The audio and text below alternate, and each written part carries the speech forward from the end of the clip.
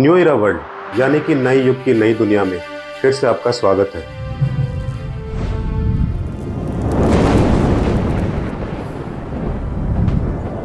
पोल panel ने बताया कि कैसे हरियाणा चुनाव के दौरान कुछ ईवीएम बैटरियों ने 99% चार्ज दिखाया। चुनाव आयोग ने कांग्रेस के दावों को खारिज करते हुए स्पष्ट किया कि ईवीएम की बैटरी वोल्टेज और क्षमता का मतगणना कार्यों या डिवाइस की इंटीग्रिटी से कोई रेलेवेंस या संबंध नहीं है। अगर हम बात करें निष्कर्ष की, तो इलेक्शन कमीशन ऑफ इंडिया ने 3 बिंदुओं में जस्टिफिकेशन दी है। पहला, वोटिंग बॉडी का कहना है कि बैटरी डिस्प्ले तकनीकी सहायता यानी कि टेक्निकल असिस्टेंस के लिए है, मतदान से संबंधित नहीं है। दूसरा, ईवीएम स्टेबल एल्कलाइन बैटरीज का उपयोग करते हैं जो लंबे समय तक ऑपरेशंस को इंश्योर करते हैं, सुनिश्चित करते हैं। तीसरा, बैटरी चार्ज डिस्प्ले 99% पर है, जबकि वोल्टेज लेवल 7.4 वोल्ट और 8 वोल्ट के बीच है। कुछ समझ आया आपको? थोड़ा सा कंफ्यूज आप हुए होंगे। चलिए डिटेल में बात करते हैं। चुनाव आयोग ने गुरुवार को हाल के विधानसभा चुनाव के संबंध में कांग्रेस के आरोपों को खारिज कर दिया है। इसमें इलेक्ट्रॉनिक वोटिंग मशीनों यानी कि ईवीएम की बैटरी के स्तरों के बारे में चिंताएं शामिल थी। कांग्रेस ने दावा किया था कि उनकी पार्टी 60 से 70% बैटरी चार्ज वाली ईवीएम पर जीत रही थी, लेकिन 99% बैटरी चार्ज दिखने वाली ईवीएम पर हार रही थी। पोल बॉडी ने अब इन दावों का खंडन करते हुए कहा है कि बैटरी की स्टेटस का डिस्प्ले केवल तकनीकी टीमों की सहायता के लिए एक सुविधा थी। क्या कांग्रेस वाले इतना नहीं समझते? वैसे ये बात बताने में इतना समय क्यों लग गया? अब ये सवाल मत पूछने लगना। हर बात का जवाब नहीं दिया जाएगा, ना ही दिया जाता है। वैसे आपको याद होगा, कांग्रेस ने हरियाणा विधानसभा चुनाव की मतगणना के दौरान ईवीएम में विसंगतियों का आरोप लगाते हुए शुक्रवार को चुनाव आयोग को शिकायतें सौंपी थी। 20 विधानसभा क्षेत्रों के कांग्रेस उम्मीदवारों ने चुनाव आयोग को अपनी लिखित शिकायत में आरोप लगाया था कि 8 अक्टूबर को गिनती के दौरान कुछ ईवीएम की बैटरी 99% चार्ज हो गई थी। और अब पोल बॉडी इन दावों का खंडन कर रही है। कहा जा रहा है कि बैटरी का स्टेटस जो होता है, जो डिस्प्ले होता है, केवल तकनीकी टीमों की सहायता के लिए एक सुविधा होती है। एक और महत्वपूर्ण काम किया है इलेक्शन कमीशन ने। चुनाव आयोग ने हरियाणा चुनाव में ईवीएम की इंटीग्रिटी पर कांग्रेस की चिंताओं को दूर करने के लिए फ्रीक्वेंटली आस्क्ड क्वेश्चंस जो वेबसाइट पर डले होते हैं, उनको अपडेट कर दिया है। आगे से पूछने का नहीं, सीधा साइट पे जाने का और पढ़ लेने का। सो फाइनली एलिगेशंस को डिसमिस कर दिया गया है। तो 29 अक्टूबर 2024 को पोल बॉडी ने काफी दिनों के बाद काफी सोच विचार करके ट्यूसडे को सारे एलिगेशन डिसमिस कर दिए। एक लेटर लिखा गया कांग्रेस प्रेसिडेंट मल्लिकार्जुन खड़गे को, और इसके तहत चुनाव आयोग ने कोई ठोस सबूत दिए बिना चुनावी प्रक्रिया की विश्वसनीयता पर सामान्य संदेह का धुआं, the smoke of generic doubt, डालने के लिए पार्टी की आलोचना की है। The smoke of generic doubt, nice words, कभी यूज करेंगे हम भी अपनी स्क्रिप्ट में। पता है दोस्तों, आज हम सब लोग आज के इस युग की इस दुनिया में बटे हैं कई खेमों में। कोई भक्त है, कोई एंटी भक्त, कोई धर्म के नशे में चूर है, कोई जात पात के बंधनों में बंधा। यही वो सच्चाई है जहां अवसरवादी एक लूप होल निकाल के आपको मूर्ख बनाते हैं। आज ये पार्टी है, कल वो होगी। आज इसको खुशी मिल रही है, कल वो दुखी होगा। किंतु हम इन सब से ऊपर उठ के सिस्टम को अपने फेवरेबल बनाने की कोशिश कब करेंगे, कब सोचेंगे इस बारे में, बजाय अवसरवादियों के फेवरेबल बनाने के। सवाल तो गंभीर है, किंतु हम और भी तो बहुत बातों में फंसे हैं। हमें पता नहीं क्यों हेल्थ, वेल्थ, रोजगार, इंफ्रा प्रायोरिटी नहीं लगती। जानते हैं क्यों? क्योंकि इन चीजों में उलझा के हमसे असल तथ्य को दूर कर दिया जाता है। खैर, कुछ और भी नशे हैं। रील्स का नशा, ऑनलाइन गेमिंग का नशा। आप करोड़पति बनो ना बनो, टर्नओवर देखिए उनका जो आपको उलझाए हुए हैं इन कामों में। खैर, टॉपिक पे वापस लौटते हैं। चुनाव आयोग ने कहा किसी राष्ट्रीय राजनीतिक दल से इसकी सबसे कम उम्मीद की जाती है। उसने चुनावी प्रणाली में विश्वास बनाए रखने के लिए महत्व पर जोर दिया और शिकायतों को समय पर संबोधित करने की अपनी प्रतिबद्धता का आश्वासन दिया।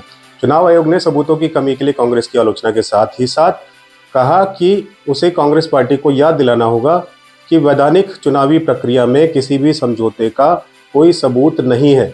उसने दोहराया कि मतगणना में गड़बड़ी के आरोप कांग्रेस के व्यवहार के एक पैटर्न को दर्शाते हैं जो चुनावी परिणामों में जनता के विश्वास को कमजोर करता है।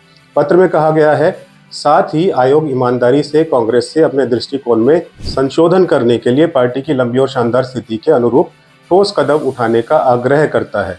ईवीएम बैटरीज के लेवल के बारे में कांग्रेस के दावों के जवाब में भाजपा और कांग्रेस की जीत में इस्तेमाल की गई मशीनों के बीच विसंगतियों का सुझाव देते हुए चुनाव आयोग ने आश्वासन दिया कि पार्टी के प्रतिनिधि मतदान और गिनती के हर चरण में मौजूद थे। इसमें बताया गया कि 26 निर्वाचन क्षेत्रों के रिटर्निंग ऑफिसर्स की विस्तृत रिपोर्ट में कोई अनियमितता नहीं पाई गई और कांग्रेस प्रतिनिधियों ने पूरी चुनाव प्रक्रियाओं में भाग लिया था। हेरफेर सुरक्षा उपाय यानी कि मैनिपुलेशन सेफगार्ड्स पर इलेक्शन कमीशन का कहना है ईवीएम की कंट्रोल यूनिट किसी भी अनऑथराइज एक्सेस को रोकने के लिए डिजाइन की गई है। यदि इसके साथ छेड़छाड़ की जाती है तो यह मशीन को निष्क्रिय कर देगा, जिससे यह सुनिश्चित हो जाएगा कि फिर कोई हेरफेर संभव नहीं है। इलेक्शन कमीशन ने कहा ईवीएम डिजाइन में म्यूचुअल ऑथेंटिकेशन प्रक्रिया शामिल है ताकि ईवीएम इकाई किसी बाहरी डिवाइस से कनेक्ट या संचार न कर सके। इन्हें इस तरह से डिजाइन किया गया है कि वे यूनिट से छेड़छाड़ के प्रयास का पता लगा सकते हैं और ऐसे प्रयास का पता लगने पर ईवीएम यूनिट को ऐसे मोड में सेट किया जाता है जहां इसका उपयोग मतदान में नहीं किया जा सकता। इसे वापस फैक्ट्री में भेजा जाना होता है फिर से ईवीएम के रूप में कार्य करने के लिए सक्षम बनाने को। चुनाव आयोग ने कहा कंट्रोल यूनिट के प्रदर्शन में किसी भी तरह से हेरफेर नहीं किया जा सकता क्योंकि यह EVM unauthorise access detect module यानी कि यूएडीएम में स्थित है, जो ईवीएम को निष्क्रिय कर देता है अगर यूएडीएम को खोलने का कोई भी प्रयास किया जाता है तो। बैटरी स्पेसिफिकेशन के बारे में कहा गया है कि ईवीएम के पावर पैक कंट्रोल यूनिट के लिए सीरीज में 5 एल्कलाइन सेल्स और वेरीफाइड पेपर ऑडिट ट्रायल यानी कि वीवीपैट के लिए सीरीज और पैरेलल के कॉम्बिनेशन में 30 एल्कलाइन सेल्स का उपयोग करते हैं। ये सेल्स जो अपने 5 साल के शेल्फ लाइफ के लिए जानी जाती है, अपनी सिंगल यूज नेचर, अत्यधिक तापमान में कार्य करने की क्षमता, reliable performance, slow discharge rates और इकोनॉमिकल कैरेक्टरिस्टिक्स के कारण आदर्श हैं। इसके अलावा ईवीएम को केवल चुनाव के दौरान बिजली की आवश्यकता होती है और संचालन के दौरान बहुत कम ऊर्जा की खपत होती है, रिचार्जेबल बैटरीज के विपरीत जिन्हें नियमित चार्जिंग और कनेक्टिविटी की आवश्यकता होती है। एल्कलाइन सेल्स का उपयोग किया जाता है क्योंकि ईवीएम को भारी कनेक्शन के लिए किसी भी पोर्ट के साथ डिजाइन नहीं किया गया है। चॉइस ऑफ एल्कलाइन सेल्स के बारे में कहा गया है कि ईवीएम कंट्रोल यूनिट में 5 सिंगल यूज एल्कलाइन सेल्स का एक पावर पैक होता है जिनकी शेल्फ लाइफ 5 साल होती है जैसा हमने कहा, जबकि वीवीपैट में 30 ऐसे सेल्स होते हैं। सिस्टम को 5.5 वोल्ट से 8.2 वोल्ट के पावर पैक का उपयोग करने के लिए डिजाइन किया गया है। क्योंकि ईवीएम एक स्टैंड अलोन यूनिट है जो एक्सटर्नल पावर सोर्स के बिना काम करती है, इसीलिए रिचार्जेबल सेल्स का उपयोग न करने का निर्णय लिया गया था। इसके अलावा एल्कलाइन बैटरीज अत्यधिक तापमान में भी काम कर सकती है और विश्वसनीय होती है, जिससे वोल्टेज आउटपुट में धीरे धीरे कमी आती है। इलेक्शन कमीशन ने कहा कि इस प्रकार की सेल्स का उपयोग अक्सर portable electronics, emergency power, backups for medical devices, military radios और जीपीएस सिस्टम में किया जाता है। मतदान के बाद ईवीएम में 99% चार्ज क्यों दिखा? चुनाव आयोग ने स्पष्ट किया कि कंट्रोल के डिस्प्ले पर दिखाए गए 99% का मतलब यह नहीं है कि बैटरी चार्ज वास्तव में 99% है। जब बैटरी वोल्टेज 8.2 वोल्ट और 7.4 वोल्ट के बीच गिरता है तो डिस्प्ले 99% ही दिखाता है। केवल एक बार जब यह 7.4 वोल्ट के नीचे चला जाता है तो वास्तविक बैटरी का जीवन लाइफ जो है प्रदर्शित होता है। 5.8 वोल्ट से कम वोल्टेज पर डिस्प्ले पर चेंज बैटरी का साइन चमकता है और 5.5 वोल्ट से नीचे ईवीएम काम करना बंद कर देता है। हालांकि उस दौरान स्टोर्ड डाटा जो होता है उसमें वो बरकरार रहता है। चुनाव आयोग ने कहा कि कंट्रोल यूनिट का पावर पैक मतदान के दिन और मतदान के दिन ईवीएम की बिजली की खपत की आवश्यकताओं को पूरा करने के लिए पर्याप्त है। कैपेसिटी हाई होने पर वोल्टेज धीरे धीरे गिरता है, लेकिन जब बैटरी की कैपेसिटी एक सीमा यानी कि थ्रेशोल्ड से नीचे हो जाती है, कम हो जाती है, तो वोल्टेज तेजी से गिरता है। हल्के करंट लोड के मामले में जैसे कि सिंगल बैलेट यूनिट और 1000 से कम वोट डालने पर बैटरी करंट कम ड्रेन होती है और आउटपुट वोल्टेज 7.4 वोल्ट से नीचे नहीं गिर सकता। इलेक्शन कमीशन ने कहा यह समझाते हुए कि कुछ ईवीएम ने 99% क्यों प्रदर्शित किया होगा, गिनती के बाद भी बैटरी लाइफ इतनी क्यों थी।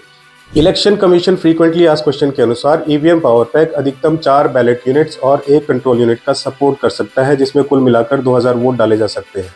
चुनाव आयोग ने कहा कि ईवीएम मोबाइल फोन के विपरीत लॉन्ग स्टोरेज पीरियड के दौरान किसी भी बिजली की खपत नहीं करता है, जो उपयोग में होने के बावजूद मोबाइल टावरों से जुड़े होते हैं और इस प्रकार बैटरी की लगातार उस केसेस में खपत होती है।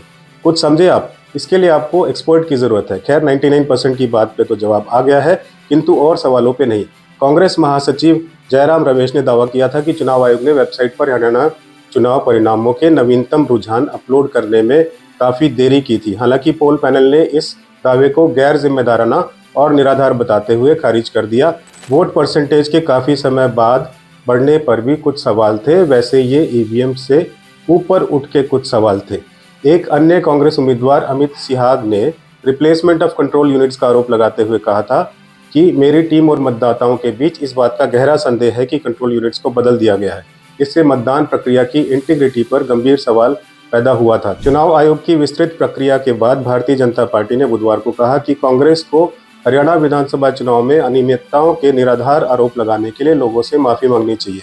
इस बात में कितनी सच्चाई है ये हम नहीं जानते, किंतु इलेक्टोरल प्रोसेस में सबका विश्वास बना रहना बहुत जरूरी है। सत्ता पक्ष और विपक्ष की लड़ाई से दूर हटके हर आम और खास को ये सोचने की जरूरत है, आवश्यकता है कि डाउट्स की या संदेह की कोई जगह नहीं रहनी चाहिए।